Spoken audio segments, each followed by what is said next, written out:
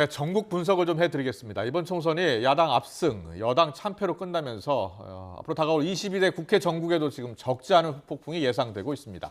네, 전국에는 어떤 변화가 예상되는지, 또 향후 여야의 당권 경쟁을 비롯해 대선 잠룡들의 입지 변화까지 짚어보겠습니다. 이종은 정치평론가, 최진봉 성공회대 교수 나오셨습니다. 어서 오세요. 어서 오십시오. 안녕하세요. 안녕하세요. 네, 먼저 총평부터 좀 들어볼까요? 이번 22대 총선, 이종 평론가는 예상대로 나왔습니까? 아니면 어떻게 나온 것 같아요? 예상보다도 더 격차가 벌어졌죠. 그렇군요. 그러니까 민주당이 이제 승리할 것으로 예상하긴 했었는데요. 예. 단독 과반도 좀 어렵지 않을까 이렇게 봤었는데 그렇군요. 예. 지금 뭐 단독 과반선을 훨씬 이제 뛰어넘은 이제 그런 그 상황이 됐고요. 예. 두 당 간의 이제 격차도 제가 예상했던 것에 비해서 이제 훨씬 더 벌어졌는데 예. 제가 지난 총선 4년 전에 예. 이제 끝나고 이제 한 방송에서 제가 이런 말씀을 드렸던 적이 어떻게요? 있어요. 예. 국민들이 살짝 힘 조절에 실패한 것 같다. 아. 그때 이제 민주당 쪽에서 나오신 분이 고개를 끄덕끄덕 하셨거든요. 민주당이 당시에 180석 얻었습니다. 예. 그러니까 본인들이 보기에도 약간 좀 그런 것 같다. 이런 이제 동의를 좀 해준 바가 있는데 예. 이번 경우에는 제가 보기에는 확실하게 유권자들이 작심하고 이제 표를 이렇게 몰아준 거다. 예. 그런 점에서 사실은 뭐 지난 총선보다도 예. 더 엄중한 심판을 했다. 이렇게 일부러 힘 좀 조절을 했다. 힘 조절보다도 오히려 그냥 의도적으로 아예 힘을 실어줬다 이렇게 봐야 되겠죠. 네. 네.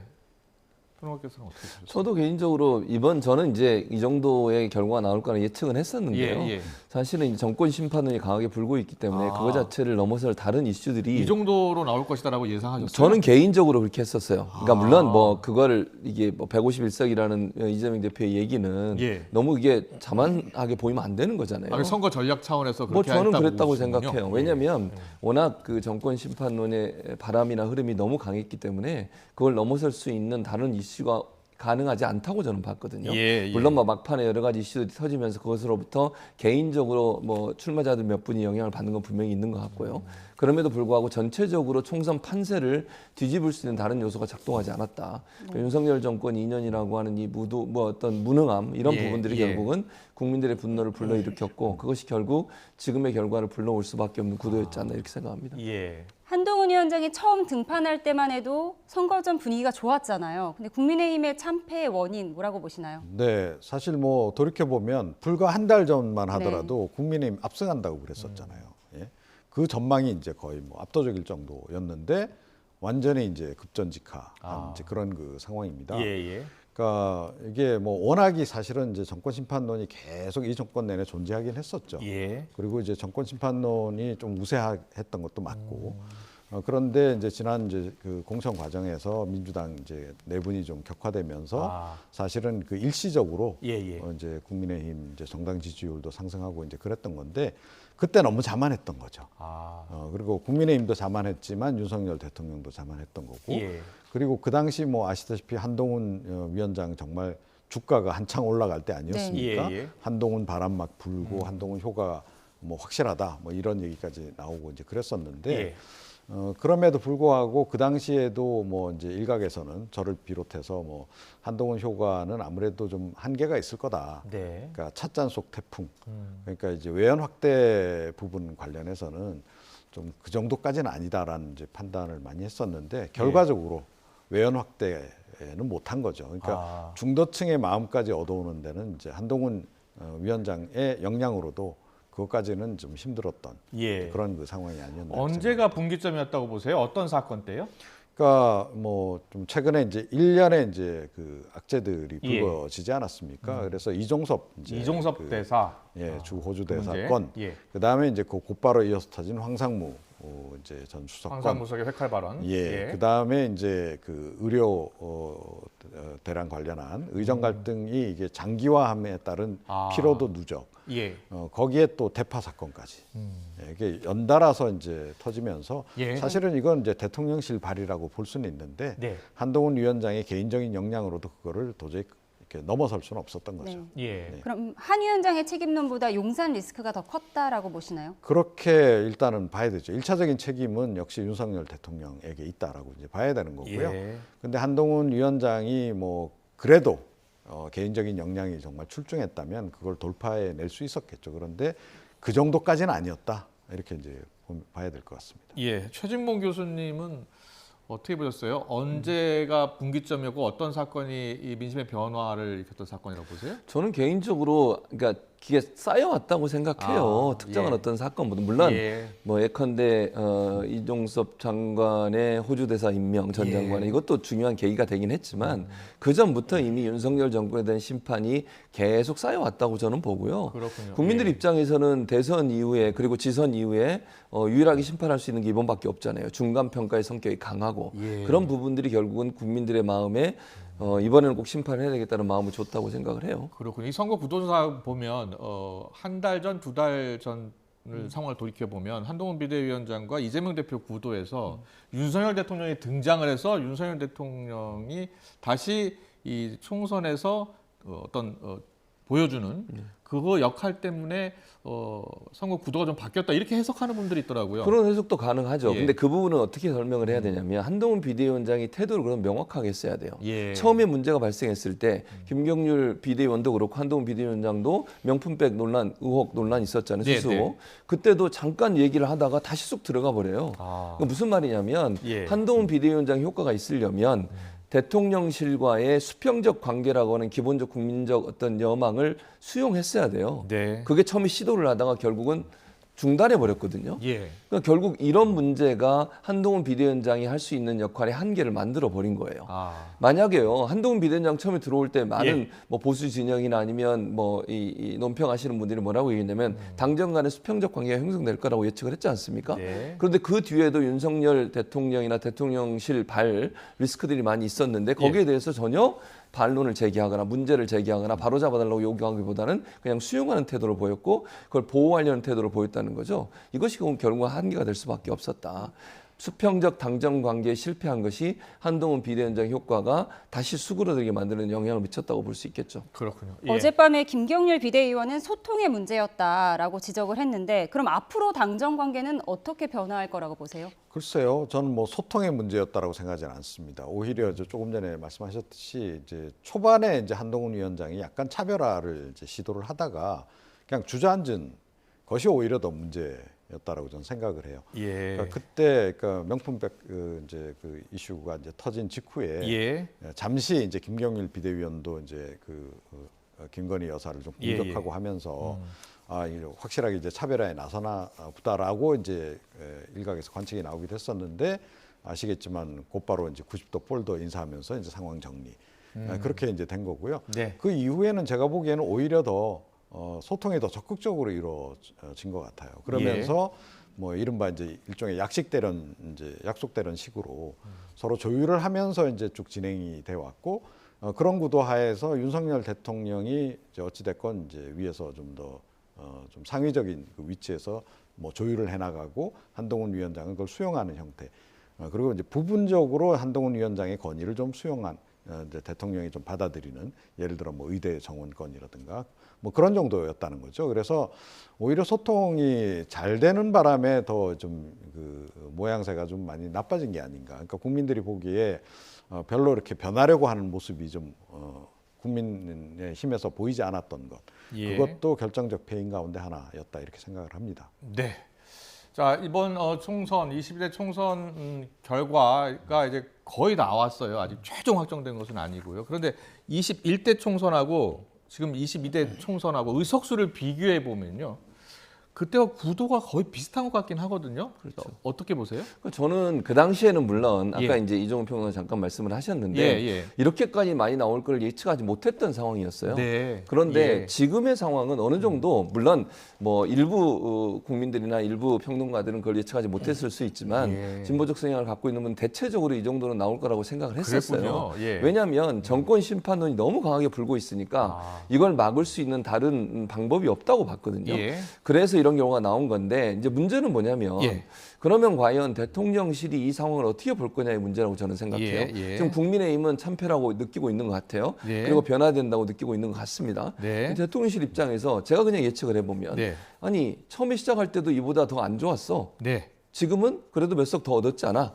라고 판단할 가능성이 있다는 거예요. 예. 그렇게 되면요, 국정 기조를 바꾸지 않습니다. 예. 예컨대 대통령 입장에서 내가 처음 정권을 잡았을 때와 지금이 무슨 차이가 있냐, 예컨대 네. 그렇게 판단을 하신다고 하면 소통은 더 안 될 거예요. 예. 그러니까 내부적 소통, 아까 이제 이종훈 평론가 내부적 소통을 말씀하셨는데 야당과의 소통이나 국민과의 소통에 대해서는 더 강하게 불통의 모습을 보일 가능성이 있다는 거예요. 아, 전국 기조를 바꿀 것 같지 않다. 저는 그렇게 보입니다. 예. 대통령 입장에서.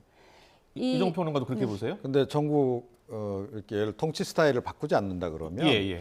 아마 거의 일을 못하는 대통령이 될 가능성이 높습니다. 예. 그러니까 이제 집권 초반에는 그래도 집권 초반에 어떤 그 위세가 있기 때문에 예. 뭐 공직 사회도 불만이 있더라도 따르고 지지율이 낮아도 뭐 이렇게 이제 공직 사회가 움직이는데 이번처럼 이제 이렇게 국민들이 심판을 한 그런 그 국면이 되면 예.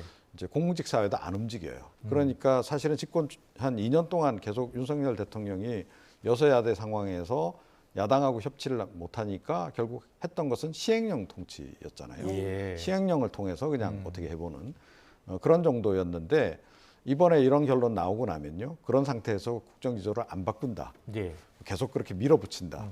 밀어붙이는 게 불가능해집니다. 아. 본인은 계속 밀어붙이겠지만 예. 밑에 공조직이 안 움직여요. 예.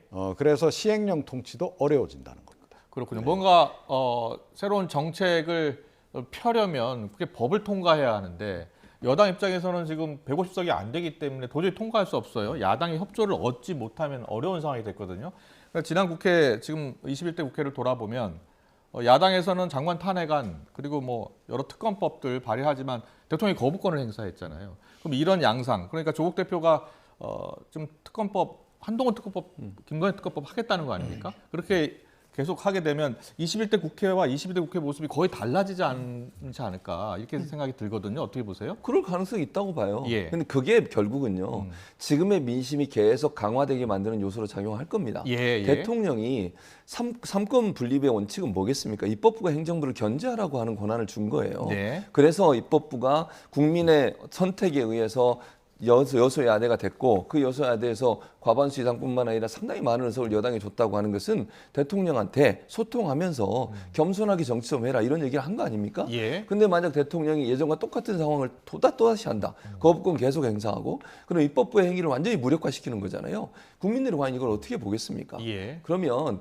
윤석열 대통령이 만약 예전에 21대 국회와 함께하면서 했던 국정기조를 계속 유지한다고 하면요. 상당히 큰 어려움에 직면하게 될 겁니다. 야당은 어떻게 행보를 보일 것으로 예상이 되세요? 그러니까 이미 다 예고하지 않았습니다. 예. 그러니까 이 총선 과정에서 예. 뭐 조국 혁신당은 아주 명확하게 뭘 하겠다라는 걸 이미 밝힌 상태. 3년도 너무 길다 이렇게 이야기했었잖아요. 예, 그런 거고요. 예. 이제 민주당도 뭐 이제 거의 비슷한 기조의 어떤 뭐 정권 심판론 내지는 검찰 심판론 대여 공세를 더욱 더 강화할 것이다. 얘기를 좀 한 상태인데 예. 이번에 표심을 이제 정리를 해보자면 예. 200석 이상은 범야권에 안 줬다는 거죠. 아. 그건 뭘 의미하느냐? 예. 탄핵 빼고 다 해도 돼. 저는 그렇게 이해를 하고 있습니다. 탄핵은 그렇군요. 하지 마라. 예, 탄핵까지는 가지 말고 예. 탄핵 말고 할 수 있는 수단은 총동원해서 윤석열 대통령의 독주를 막아라. 예. 그 시그널이다 이렇게 좀 생각을 합니다. 예. 조국 대표 이야기가 나왔습니다만 조국 대표는 뭐 모두가 알듯이 사법 리스크를 가지고 있잖아요. 앞으로의 행보가 어떻게 될 거라고 보세요? 국회에 입성한 뒤에 조국 대표의 위상 어느 정도까지 갈 수 있을까요? 네, 뭐 이미 이제 위상이 굉장히 높아진 상태 아니겠습니까? 이게 범진보 내에서도 특히 민주당 지지층 내에서도 상당수가 이재명 대표로부터 사실은 조국 대표로 옮겨탄 그런 그 형국이에요. 그래서 예. 아마 향후에 이제 이제 민주당 입장에서는 조국 대표의 눈치를 상당히 보지 않으면 안 되는 상황. 아, 그렇게 곧 대법원 보세요? 판결이 될 있잖아요. 가능성이 있고요. 그런데 이제 조국 대표의 이제 유일한 이제 어떻게 보면 이제 그 장애 요인이라고 한다면 이제 구속이 되느냐 마느냐 여부겠죠. 근데 일단 구속이 되는 거하고 안 되는 거하고는 이제 차이가 큽니다. 그래서 예. 구속이 되고 실제로 뭐 이제 제대로 활동할 수 없는 그런 상황이 된다라고 한다면 타격은 좀 있을 것이다 이렇게 봐야 되겠죠. 예. 네. 이재명 대표 얘기해 볼까요? 이재명 대표 지금 우리 취재기자 분석을 보면 대권 가도에 청신호가 켜졌다 이렇게 분석을 하더라고요. 그렇게 보세요? 저는 그렇게 봅니다. 예. 왜냐하면 지금의 이제 민주당이 지난번 21대의 현역 의원들의 43% 정도가 물갈이가 됐어요. 반 정도가 그렇군요. 물갈이가 예. 됐거든요.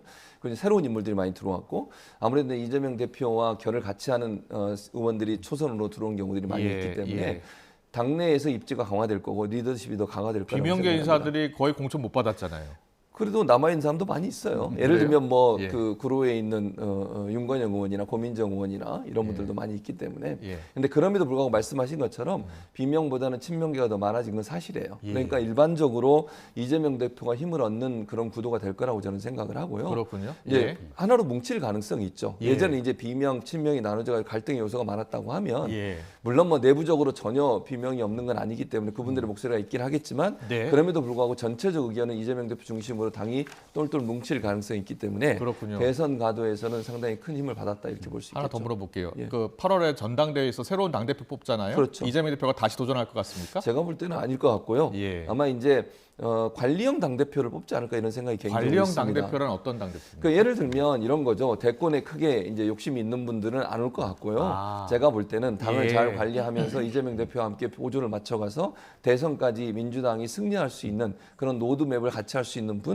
이런 분들이 아마 당대표 후보로 나오고 그런 분들이 당선되지 않을까 그렇게 예측을 해봅니다. 조국 대표하고 관계는 어떻게 설정이 될 것 같습니까? 그 긴장 관계가 될 수도 있다고 저는 생각해요. 긴장 관계가 될 수도 있다. 왜냐하면 물론 아까 뭐 말씀하신 사법 리스크 때문에 조국 대표가 어떻게 될지 몰라요. 지금 상황에서는. 예, 그러니까 예. 대법원 판결이 언제 나올지 모르겠지만 만약에 대법원 판결이 나와서 본인이 의원직을 상실하게 되면 예. 조국 대표가 이제 더 이상의 정책 행보는 상당히 하기 어려워지잖아요. 아. 그런데 예. 이제 모르잖아요. 이게 언제 대법원 판결이 나올지 모르고 그렇네요. 좀 기다려 봐야 예. 되는 예. 상황이고요. 네. 또 혹시나 모르지 않습니까? 뭐 결과는 아무도 모르는 거니까요. 대법원에서 일부 파기환송을 할 수도 있는 것이고 그건 뭐 알 수가 없는 상황이니까 예. 그 상황에 따라서 조국 대표도 사실은 대권에 만약에 그냥 그 의원직을 상실하지 않고 계속 유지가 된다는 유지가 가정을 했으면 된다면 예. 그러면 대권 후보로 강력하게 부상할 수 있죠. 그렇군요. 그러면 이제 경쟁 관계가 될 수 있는 문제이기 때문에 예. 그 문제는 차후에 조국 대표가 어떤 결정이 되고 어떻게 네. 차후가 되느냐에 따라서 달라질 거라고 생각합니다. 한편 한동훈 비대위원장의 임기가 6월 말까지거든요. 한동훈 비대위원장의 향후 행보는 어떻게 보세요? 네, 본인은 뭐 계속 하겠다는 정치를 의지가 하고 네. 싶을 겁니다. 아. 그리고 아마 좀 이제 자기에게 유리한 아전인수격 해석을 내리겠죠. 조금 전에도 잠깐 이제 뭐 최 교수님 우리 기자는 지금 한동훈 비대위원장 책임론이 불가피할 것이다 이렇게 내다봤는데. 네. 예. 그런데 어찌 됐건 그래도 지난 총선 때에 비해서는 아. 성적이 그때 좋았던 거는 100세석이었으니까요. 예, 그래도 뭐 나름 선방한 거 아니냐. 그러니까 아. 본인은 그렇게 주장을 할 가능성이 이제 높은 거고요. 예. 그래서 아마 차기 전당대회 나와서 자기 당대표 하겠다라고 나설 가능성이 있는데 예, 예. 이거를 과연 이제 윤석열 대통령이 용인을 할 것인지 네. 또 당내 이제 새로 당선된 뭐 아무래도 그 의원들 중심으로 이제 돌아갈 수밖에 없기 때문에 네, 네. 그 의원들이 그걸 용인할 것인지 좀 이제 그게 이제 좀 두고 봐야 될 일인데 그렇군요. 아마 용인받기는 어렵지 않을까. 아, 그렇게 네, 보시는 그렇게 좀 생각을 오늘 아침 합니다. 그 언론들 분석들 보면 윤석열 대통령 레임덕 얘기를 시작을 했더라고요. 자, 그렇게 보세요. 저는 이제 현상적으로 네임덕이 오죠, 당연히. 예, 그런데 문제는 윤석열 대통령이 그걸 네임덕으로 느끼지 않고 네임덕을 가지 않기 위해서 여러 가지 방안들을 활용할 가능성이 있어요. 어떤 방안들이요? 그게 이제 소위 민주당에서 걱정하고 있는 예컨대 검찰을 활용한 어떤 형태의 압박이든 예. 예컨대 아니면 예전에 있었는가 총선 전에 있었던 여러 가지 뭐 방송 사들에 대한 압박이든 뭐 이런 여러 가지 방법들이라고 저는 생각을 하거든요. 예. 그런 방법을 통해서 가능한 한 네임덕을 최소화하려고 노력을 할 거예요. 본인이 임기를 마치는 순간까지 어쨌든 네임덕을 최소화하려고 노력을 하겠지만 네. 그건 불가피하다. 예. 그러니까 본인은 그렇게 하겠지만요. 여론이 그렇게 안 받쳐줄 거예요.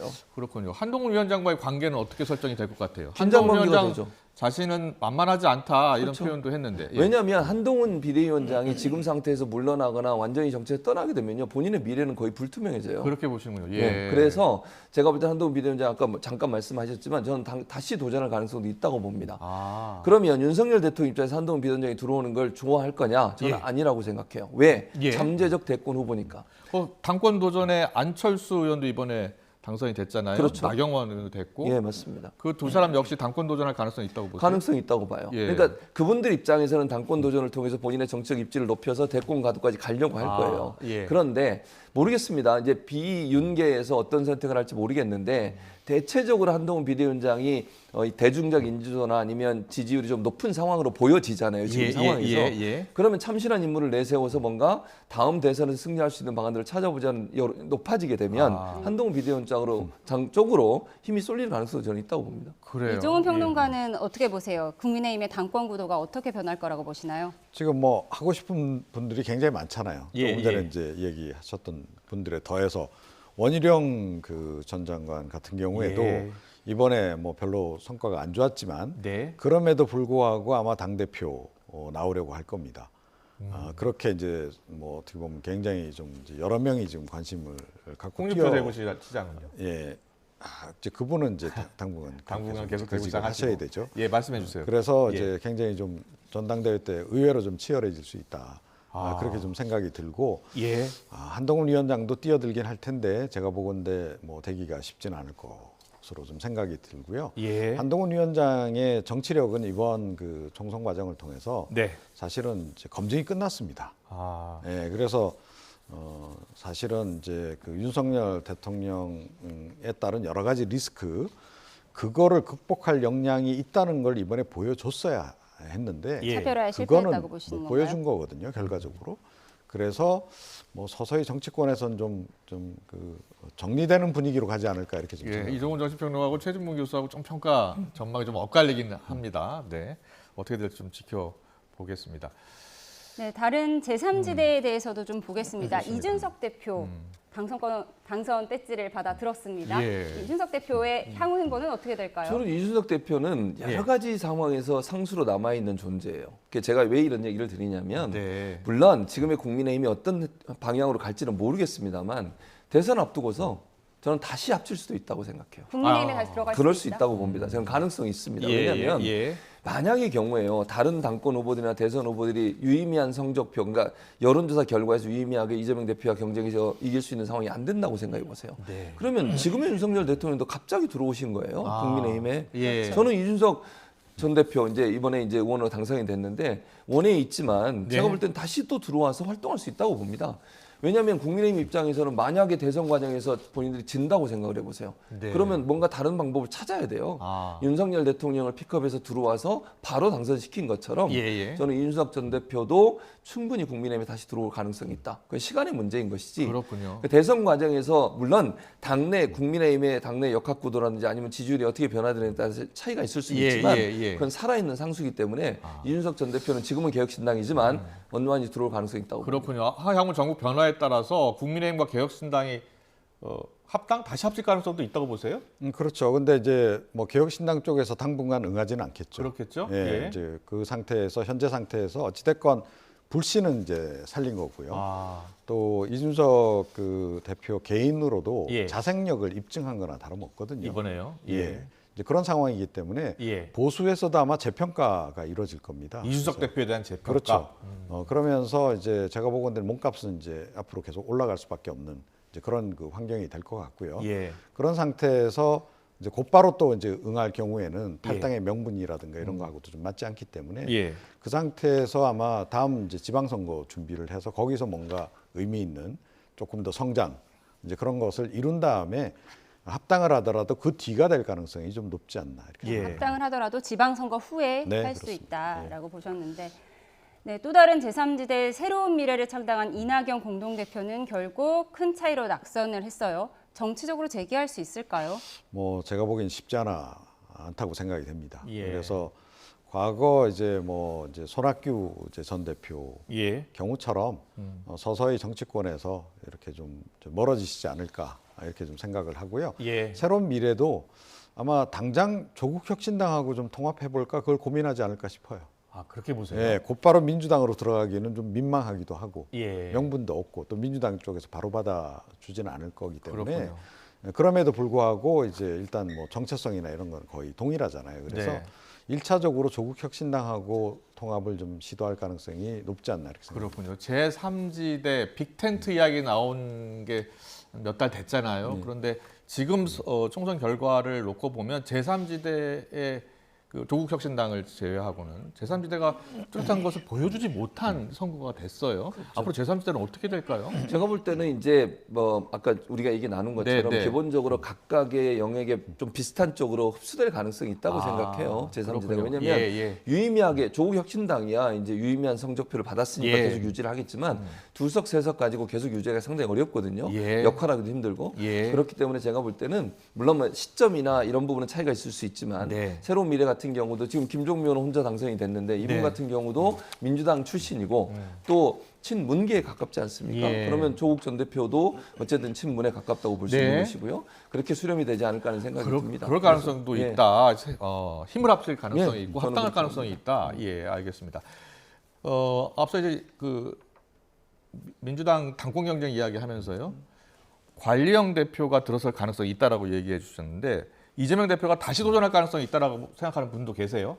이종훈 평론가는 어떻게 저는 보세요? 뭐 재도전할 거라고 재도전할 생각합니다. 것이라고 예. 보시는 거예요? 한번 대표 예. 더 하고 난 다음에 예. 이제 그러면 이제 그 다음에는 대선 이제 준비하셔야 되니까 예. 하시고 싶어도 못 하잖아요, 아, 그죠? 그래서 그렇군요. 예. 아마 당 대표를 하면서 이제 그 대여 전선 예. 윤석열 대통령하고의 대립각 세우는 것, 네.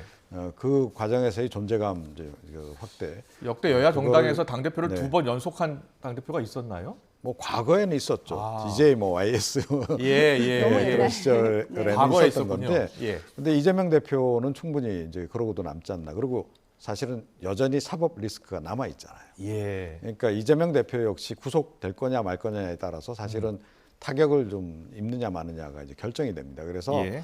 아마 그런 차원에서도 그러니까 방탄이라고 하는 비난 좀 이제 받더라도 예. 그럼에도 불구하고 이번에 이겼단 말이에요. 네. 그러니까 뭐 계속 방탄해도 된다는 얘기나 이제 국민으로부터 어느 정도 양해를 받은 거나 다름없기 때문에 예. 계속 그렇게 좀 나갈 가능성이 높다. 그리고 비대위 뭐 그러니까 관리형 이제 차기 지도부 말씀하셨는데요. 예. 마리주와 관리형이지 만약에 이제 새로운 대표를 이제 선출을 하더라도 네. 뭐 친명계 대표 아. 이렇게 봐야 되겠죠. 예. 그래서 이재명 대표가 사실상은 이제 실제로 실권을 가지고 있지만 예. 그 뭐 대리인을 내세우는 그런 형태가 될 가능성이 높지 않나 이렇게 생각합니다. 이재명 대표 외에는 민주당 당권에 도전할 만한 후보군으로 생각나는 사람이 있나요? 그러니까 하고자 하는 분들은 많죠. 어떤 예. 분들이 도전할 수 있을까요? 아니 뭐 친명계 내에도 지금 뭐 중진급들 꽤 있잖아요. 그러니까 비명계 가운데 박용진 의원이라든지 임종석 전 대통령 비서실장도 그러니까 있잖아요. 이제 그건 이제 비주류 쪽에 그런 거고요. 예. 뭐 지금 정청래 의원이라든가 정성호 의원이라든가 예. 이런 분들도 충분히 욕심을 낼 수 있는 거죠. 네.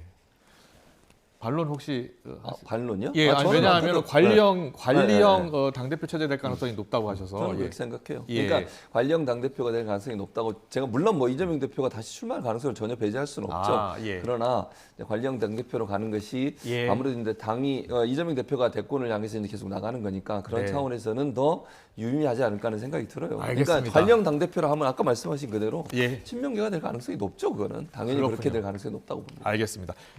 그렇다면 저기 국민의힘 같은 경우는 어떻게 될 것 같습니까? 원희룡 전 장관이 당권에 도전할 가능성이 높다라는 분들이 많더라고요. 그렇죠. 왜냐하면 본인 입장에서 이번에 낙선을 했는데 예. 그리고 나서 아무 정치적 활동을 안 하게 되면 이제 국민들에게 잊혀져요. 예. 본인은 대권 도전의 꿈을 갖고 있는 거잖아요. 친윤계 의원들도 밀어줄 가능성 높다고 보세요? 지금 상황에서는 그럴 가능성도 있다고 봅니다. 그런데 문제는 예. 뭐냐면 예. 이번에 국회에 들어오신 국민의힘 의원들 중에 예. 친윤계도 있지만 한동훈 비대위원장에 의해서 공천에 들어온 분들도 계시잖아요. 예. 그분들 입장이니까 약간 입장이 다를 수 그렇겠네요. 있어요. 예, 왜냐하면 예. 너무 지금 친윤 쪽으로 가다 보니까 문제가 발생한 거잖아요. 예. 그리고 본인들은 선거를 치러야 돼요. 예. 윤석열 대통령이 선거를 다시 안 치르시지만 국민의힘은 지선도 치러야 되고 대선도 치러야 됩니다. 그렇겠네요. 이런 분위기로 계속 가다가는 폭망할 수 있다는 생각이 또 들 거예요. 예. 그러면 이제는 안 되겠다 비윤 쪽으로 가자라고 예. 하는 분위기가 형성될 수 있기 때문에 녹록지 않다 이렇게 봅니다. 그럼 당권 경쟁 측면에서 보면 민주당은 지금 거의 이재명계 네. 그리고 또 비명계가 대부분 공천을 못 받았기 때문에 물론 친문계는 받았고요. 네. 그런데 국민의힘 이야기 들어보면 친윤계뿐만 아니라 한동훈계도 있다는 거 아닙니까? 그렇죠. 그럼 당권 경쟁이 그쪽에 더 치열해질 수 있겠네요. 더 치열해질 수 있다고 저는 예, 생각해요. 예. 왜냐하면 의원들 입장이 또 친윤으로 분류되는 분들도요. 이대로는 안 되겠다. 뭔가 좀 변화가 필요하겠다는 절박함이 있을 거라고 저는 봅니다. 이번에 총선의 성적표를 보고도 아무 문제가 없다고 판단하면 그건 정말 제대로 된 판단이 아니라고 보거든요. 예. 그렇기 때문에 의원들 입장에서는 국민의힘이 차기 대권을 놓고 열심히 싸워 나가야 된다고 생각하는 사람들 입장에서는 예. 친윤으로 안 되겠다. 비윤으로 가야 되겠다는 여론이 생길 가능성이 있다고 봅니다. 이종 평론가도 그렇게 보세요? 제가 보기에는 의외로 의외로. 그 원희룡 그 전 장관이 간택될 가능성이 높다. 이렇게 생각합니다. 예. 그러니까 이번에도 졌는데 그 정도 차이라면 의미가 있다고 보시나요? 그거보다도 예. 그러니까 이제 노골적으로 친윤계 인사를 다시 당 대표로 아마 이제 선임하기는 예. 상당히 좀 부담감이 좀 따를 겁니다. 예. 그렇다고 해서 뭐 안철수 이제 의원이라든가 예. 나경원 이제 전 대표라든가 이런 분을 하기에도 상당히 부담스럽잖아요. 예. 그러니까 지난번에도 뭐 이분들 다 이제 당 대표 도전했지만 그때 대통령실에서 나서서 얼마나 이분들 좀 주저앉히려고 노력을 많이 했습니까? 예. 그 기조가 바뀔 가능성은 희박하다. 그래서 윤석열 대통령 입장이나 친윤계 입장에서 상대적으로 거부감이 덜한 인물. 그러면서 대외적으로 보더라도 예. 조금 중도 이미지가 있는 인물을 이제 선택할 가능성이 높은데 네. 그 기준에 맞는 당내 인사라고 한다면 원희룡 전 장관일 가능성이 높은 거고요. 그렇군요. 개인적으로는 사실은 이제 이번에 워낙 이렇게 참패를 했다 그러면 예. 완전히 바꿔야 된다라고 저는 생각을 합니다. 그래서 뭐 예를 들어 유승민 전 의원 같은 분을 예. 오히려 당의 얼굴로 내세우는 그런 파격적인 조치가 필요한데 이번에도 과연 그럴 수 있을지 좀 이제 지켜봐야 될 것 같습니다. 알겠습니다. 이번 총선 결과를 자세히 분석을 했고요. 향후 전국 전망 그리고 잠룡들의 입지 변화까지도 다 짚어봤습니다. 지금까지 이종훈 정치평론가 최진봉 성공회대 교수와 함께했습니다. 잘 들었습니다. 고맙습니다. 감사합니다.